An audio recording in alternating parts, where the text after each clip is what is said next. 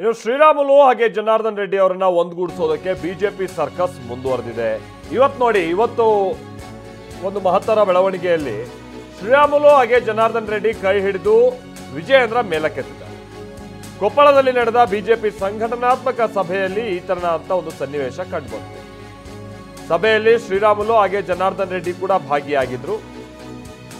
ಈ ಸಂದರ್ಭದಲ್ಲಿ ಜನಾರ್ದನ್ ರೆಡ್ಡಿ ಅವರ ಪಕ್ಕದ ಸೀಟನ್ನೇ ಶ್ರೀರಾಮುಲು ಅವರಿಗೆ ಕಾಯ್ದಿರಿಸಲಾಗಿತ್ತು.